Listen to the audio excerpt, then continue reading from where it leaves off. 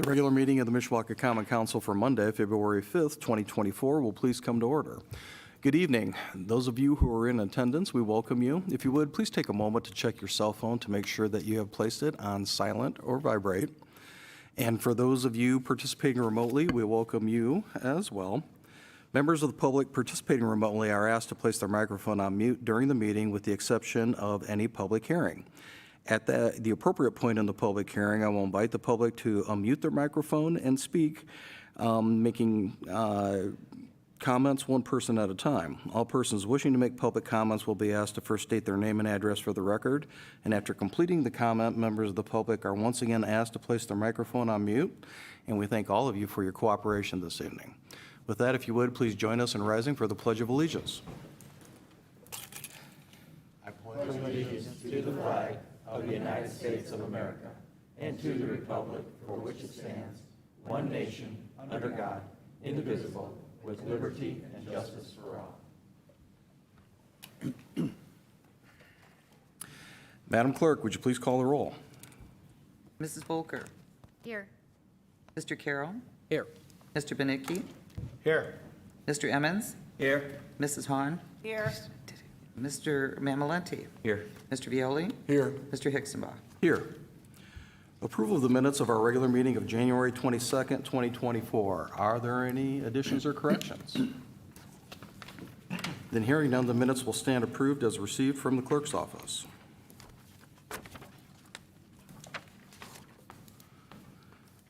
This evening, we have no petitions, communications, remonstrance, or memorial, no report of any special committee, no ordinances on first reading, nor any resolutions. So we'll move right into ordinances on second reading.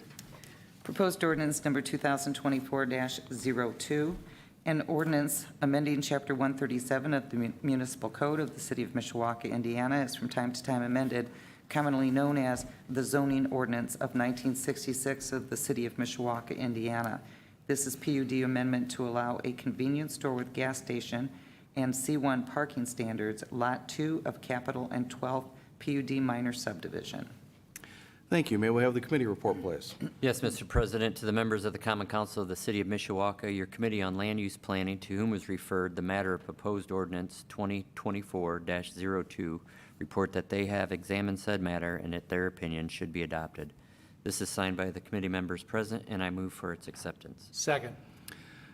A motion has been made and second to approve the committee report. Any additional questions or comments? Hearing none. All those in favor signify by saying aye. Aye. Opposed? With that, we'll move into second reading and public hearing on proposed ordinance 2024-02. Anyone wishing to speak in favor, if you would, please come forward. Hi there, Steve Ruby, Abmarsh Consulting, 315 West Jefferson, South Bend, Indiana, representing the petitioner. The petitioner is actually in the audience today, as well as John Pericini. Again, the previous location here was a PUD, had it sat vacant for a number of years. As some development began to happen, this opened the opportunity for other developers to come in. As a result, we are asking for the PUD to be amended to allow for a commercial convenience store and gas station at this location. We feel it's a good fit with some of the context in the neighboring area. And I do have an elevation, if we would like to share that with anybody, if anybody's interested, of that.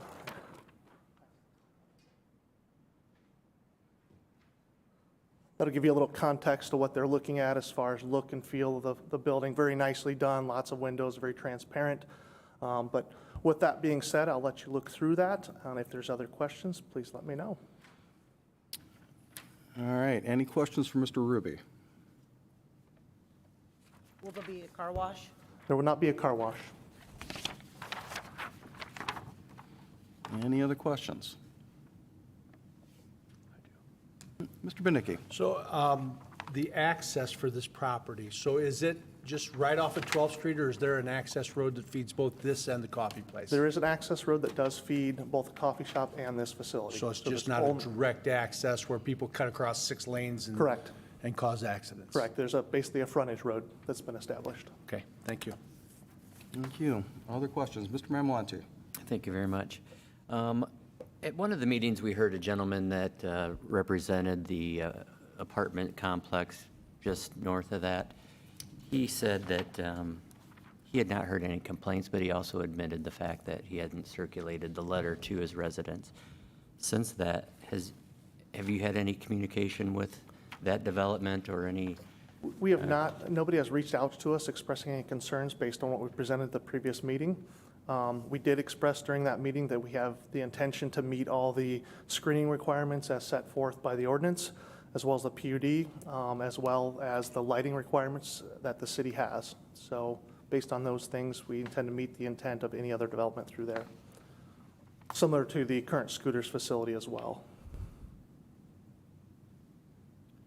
Other questions? Ms. Hahn? How many fuel pumps will you have? Right now, there's 5 islands for that. So one on each side? Anything else for Mr. Ruby? And I have a further rendering of that if you want to take a look here real quick. Let me pull that up here. Bear with me.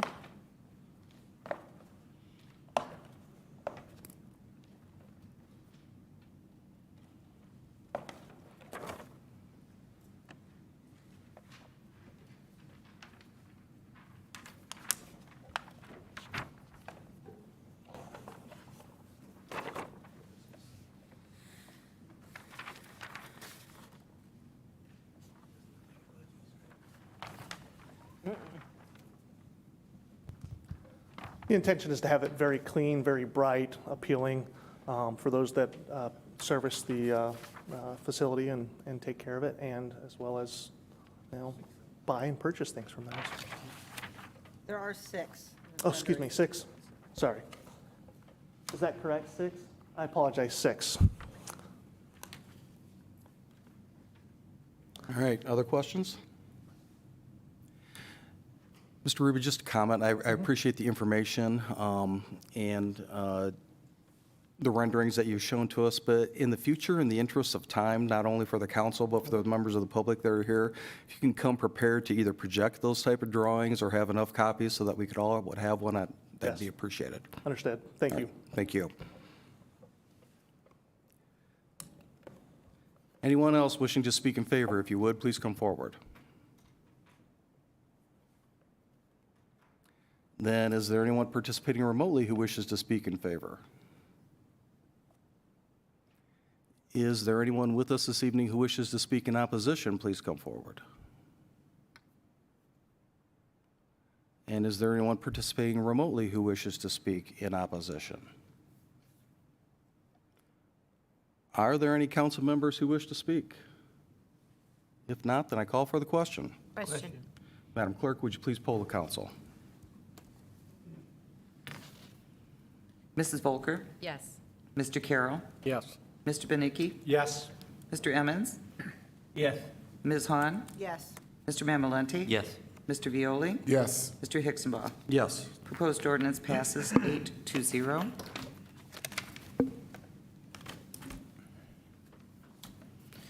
Proposed ordinance number 2024-03, an ordinance amending Chapter 137 of the Municipal Code of the City of Mishawaka, Indiana, is from time to time amended, commonly known as the zoning ordinance of 1966 of the City of Mishawaka, Indiana.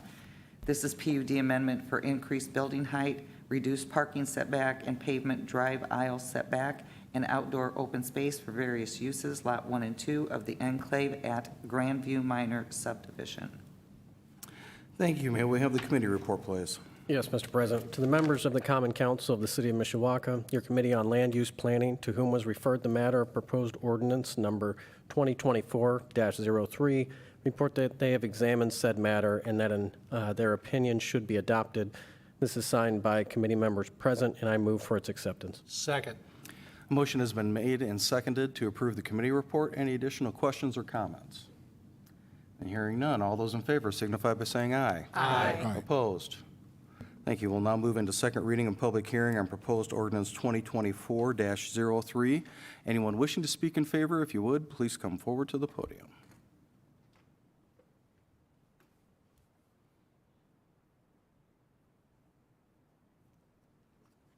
Hello, Mr. President and council members. I am Audra Saradsky with Great Lakes Capital, located at 7410 Aspect Drive in Mishawaka. I was here at the last meeting on January 22nd We are speaking about the same project. What we're asking today is for you to consider some PUD amendments that enable us to achieve the design that we're looking to do. Prior to that, I did want to take a minute to respond to the questions that were asked, specifically related to labor. So we went back and reviewed what we did with Phase 1 and Phase 2. Phase 1 was completed in 2016, and Phase 2 was completed in 2022. We worked with CRG Residential as our general contractor on both projects. They took the lead on final design, contract bidding, and actual subcontractor engagement. When we reviewed that, we were at about 40 to 50% of local labor, depending on how you looked at price, supply materials, labor, and overall contract. So we will work with them again. And again, as we said, it really comes down to qualifications and ability of labor for how we are able to engage them. I also wanted to follow up on the franchise agreement that we spoke with, so our agreement for the hotel. We do have a signed franchise agreement, so the market and the location are approved. They will have their specific design bids, which comes into our PUD amendment. I'm going to introduce Mr. Steven Studer, who's here to get into those details. Thank you.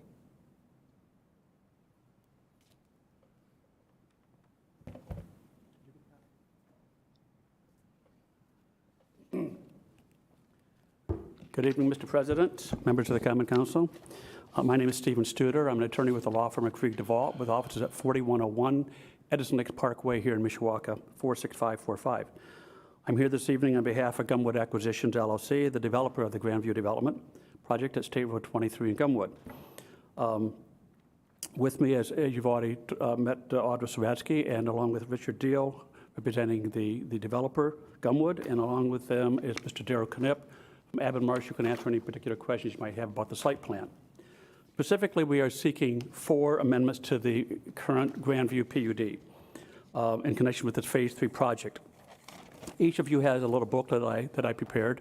If you would turn to Exhibit A, I'll just briefly go over the fact that Phase 3 of the Grandview is a $175 million investment. You've heard about the project, the amenities, and the scope of that, so I won't focus on that unless you have some questions. Our specific request relates to the PUD amendments that we're requesting tonight. One is to increase the building height to 69 feet for the hotel block only. That's block 200. The rest of it will stay at 48 feet, but just for that one block, we need to go to 69 feet. So as I said, the other Phase 3, and there's an exhibit here I will bring to your attention that we can look at. There's also 2 parking setbacks that have been requested by the city. I won't focus on those, but we can answer those questions. The city requested those setbacks, and we've agreed to those. The fourth is a use limitation. You'll see in my presentation, there's a small area which is a public area next to the hotels. And it's really a private space owned by the hotel and its adjacent owners, but it will be used for the public from time to time. But the city asked us to put some restrictions on that, how it could be used, so I will talk about those as well. Before I address the particular amendments, let me just mention that we're pleased to note that this petition comes with a favorable staff recommendation and also a unanimous favorable recommendation of the Plan Commission. Prior to that meeting with the Plan Commission, we held a public meeting with the neighbors. We sent out 25 individual invitations as well as published it in the newspaper. We had 2 people show up, along with some city representatives. Mr. Spear was there. Neither one objected substantively to the proposal. And I would note that at the Plan Commission, no one spoke against this petition. So if you look at Exhibit B, page 4, you'll see there's I'll wait for you to get there. There's a yellow cross hashed area. That's block 200. That's the only area we're seeking to go to 69 feet. All the other remaining crosshatch areas would stay at 48 feet. So we're just talking about this one block where the hotel is going to be located. And you'll notice that little green spot, that little green space crosshatch. I'll talk about that a little bit later. So, this height limitation is really required by the hotel. The hotel is going to have a rooftop restaurant, and as the city noted in its staff report, hotels have large lobbies, large ballrooms, so we need the additional height from 48 feet to 69 feet because we also want to include a rooftop hotel. I would point out that even at 69 feet, we're still 1/2 the height of the water tower, which is immediately adjacent to us on the north. So we're still not very high in terms of the overall neighborhood height. So specifically, we want to see a rooftop restaurant, and we need this additional height for that. If you look at Exhibit C, there's a linear depiction facing north, and on the far west are the residential neighborhood. And they're about 75 feet from the property line. And then you go all the way to the east, and that's where we're looking at Block 200, the heights. They're almost 3 football fields away from the neighborhood. And as I said, the neighborhood have not raised any objections. We invited them. They didn't raise any objections at the Plan Commission hearing. So Block 300 is that one area, just the hotel area, that we want to raise the height to 69 feet and nothing else. So that's our first amendment. The other 2 amendments deal parking setbacks. And the fourth, that little green hashed area I mentioned to you, that is an area that's privately owned. It would generally be open to the public. It'll be open to the public for, we expect to put kiosks out there that would sell coffee and things of that nature. But there are times when the hotel might want to have a private event there. And that private event might be anything from a charitable event, it might be a wedding, et cetera. So we worked out language with the city that would allow us, even though it's privately held, it would be open to the public generally, but those owners that are adjacent to that space could have a private event there, such as a wedding reception or something else. Other than that, it's open to the public. So it's a pretty simple, there's 4 amendments, 1 with the height for Block 200, 2 of the parking setbacks, and the 4th deals with this limited green space. So I'm happy to answer any questions. If you have any, otherwise, would ask for your approval tonight. Thank you. Any questions? Question. Mr. Yes, sir. Viola. You said the 69 feet is still lower than one of the other buildings in the other phase. How high is the other one in the original phase? All the buildings have a height limitation of 48 feet. The water tower, which is we're adjacent to, is over 150 feet. gotcha. So All we're right. half of that. So that kind of sets the tenor of the heights. So Misunderstood. we're half of that, but Okay. we're still, the rest of the development, except for that Block 200, will stay at 48 feet. Gotcha. Okay, thank you.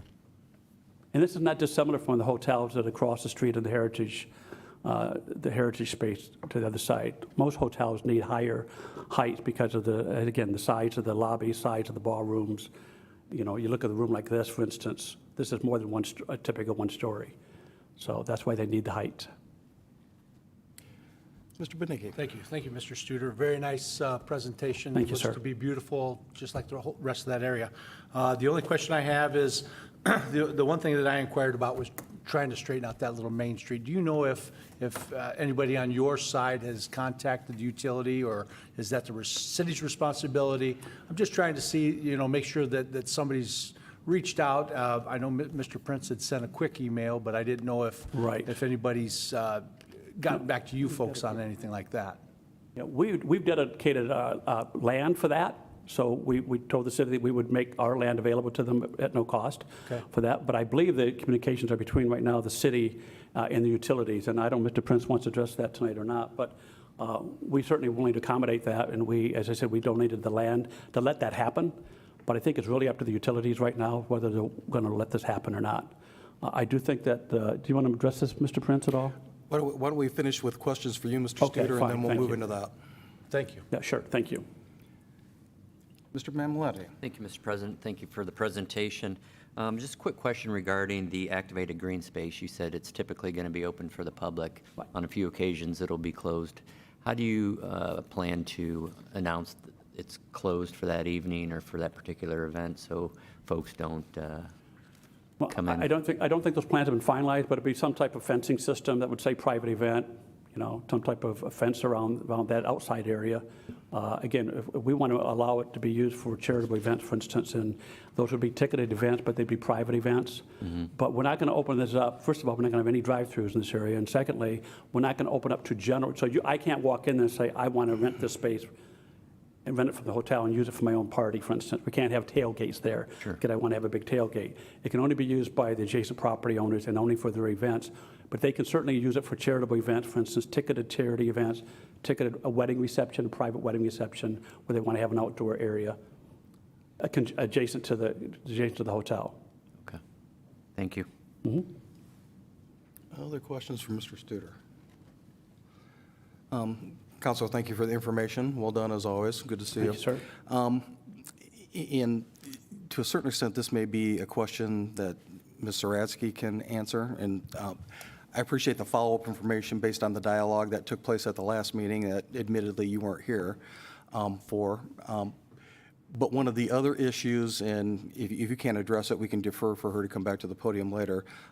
We had a discussion with regard to the parking facility, and admittedly, this isn't germane to the land use component of what's in front of us, but since we're having some follow-up information sharing, there was some discussion about whether it was going to be possible with the parking garage to have dedicated parking similar to what was done at the mill across the street here, in light of the city partnership involved in the project. So if there's any information that you have to share with regard to that question, great. If not, I'll ask a question of Ms. Saradsky later.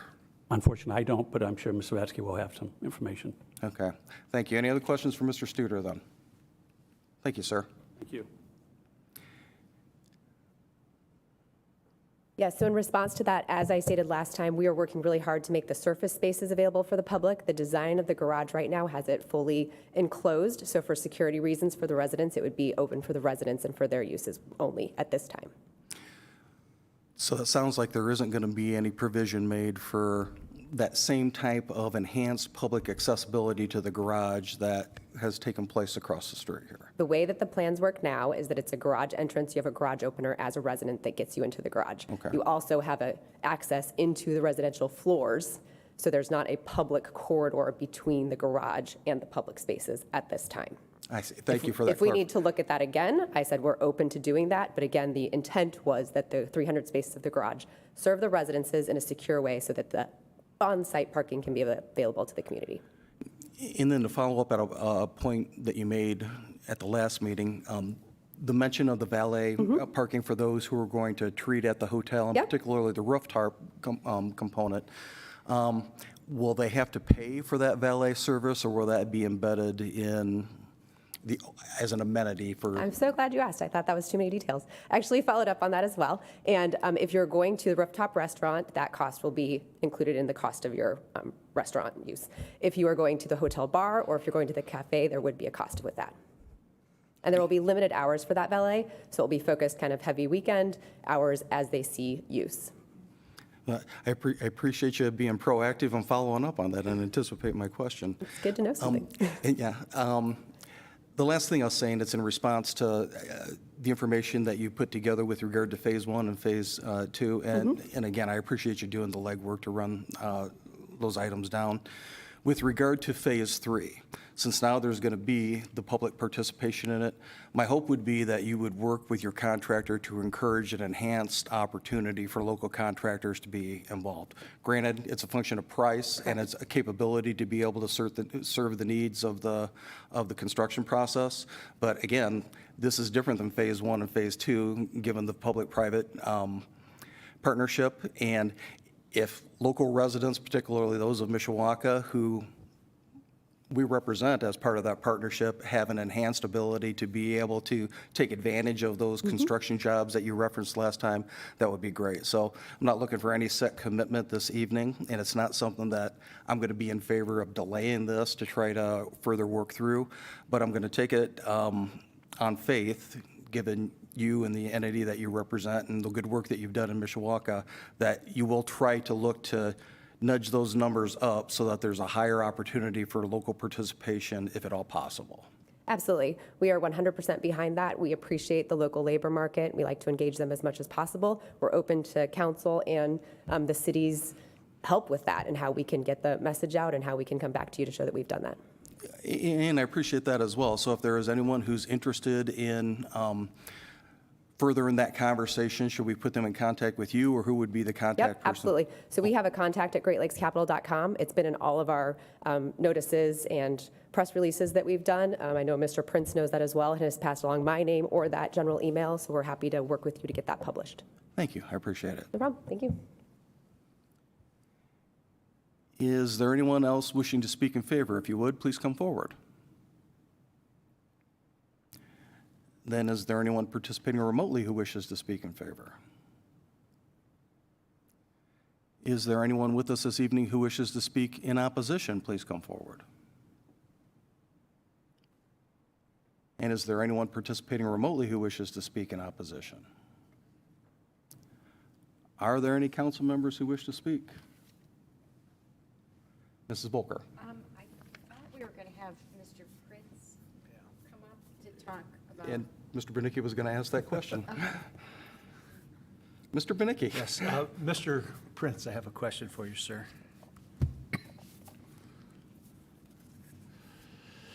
I appreciate the invitation. Thank you.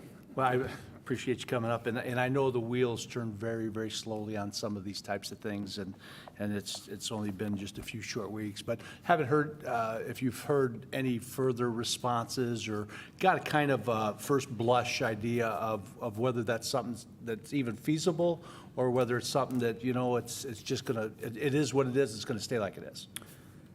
So just for those that may be listening that don't understand the background, so AT&T has a vault that is located when the road was expanded and pushed west.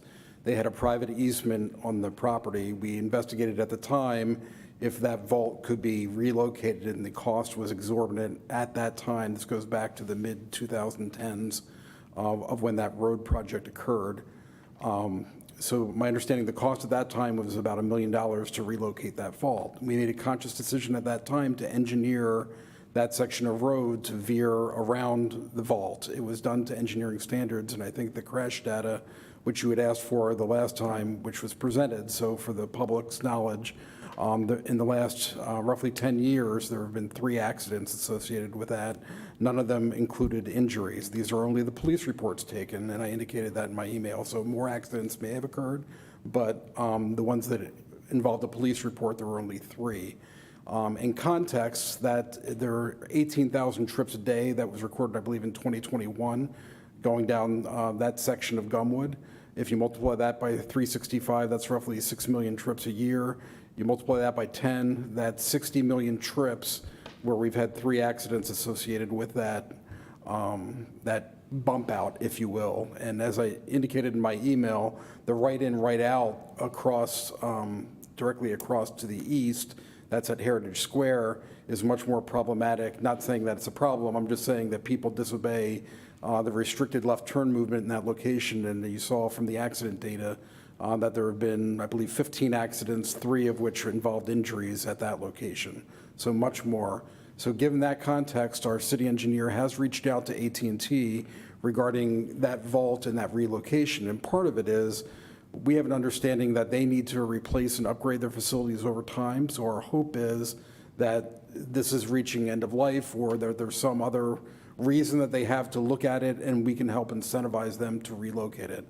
But at the end of the day, when we get a number, and our hope is that we aren't paying for the engineering for them to come back and tell us your number is $3 million now to relocate the vault. So our hope is that they have a desire or need to relocate the vault, and that we can incentivize them to relocate it out of the way, and then we can modify the roadway to the appropriate section and pay those costs at those time. But you've answered your own question, is that takes considerable time to put together, and we don't have that answer as of yet. Okay, thank you. Thank you. Mr. Carroll?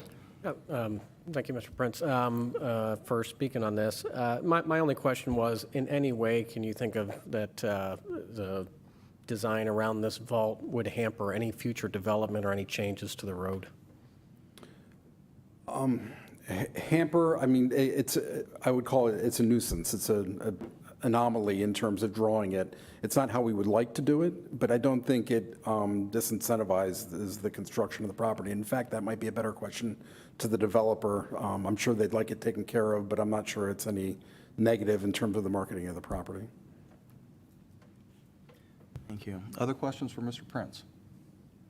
Thank you, Ken. Thank you. And we are back at the stage of questions or comments from the council. And hearing none, I will call for the question. Question. Madam Clerk, would you please poll the council? Mrs. Volker? Yes. Mr. Carroll? Yes. Mr. Benicki? Yes. Mr. Emmons? Yes. Ms. Hahn? Yes. Mr. Mamalenti? Yes. Mr. Violi? Yes. Mr. Hixenbaugh? Yes. Proposed ordinance passes 8-0. Thank you. We'll now move into privilege of the floor, and at this time, members of the public are invited to the podium to speak with respect to non-agenda items only under privilege of the floor. Seeing no one, is there anyone participating remotely who wishes to speak under privilege of the floor? Thank you. We'll move into unfinished business, of which there is none. New business, is there any new business to come before the council? Mr. Emmons. Yes, thank you, Mr. President. Just a reminder that the West End Neighborhood Meeting will be on February 15th, and we'll have our guest speaker, Chief Witkowski, which will be talking about and enhancing the new police schedule for working, this new schedule that has been approved, going from 8-hour shifts to 12-hour shifts. So he'll be advising the community how that is working and why it's working and the benefits to the community.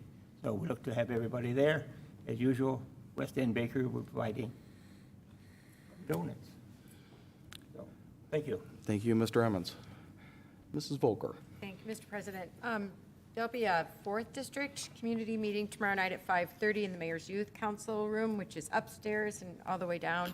And we'll be discussing some issues that have been occurring in the 4th District in multiple areas. One of my goals is to bring the 4th District together and introduce people who have been having kind of similar problems. And we'll have some updates from police, code enforcement, and the law department. But I'm hoping that we can foster some conversation about how we as citizens can improve our neighborhoods. So y'all are welcome to come. It's at 5:30 tomorrow night. Thanks. Thank you. Any other new business to come before the council? Then if not, a motion to adjourn would be in order. Motion. We're adjourned. Thank you, folks.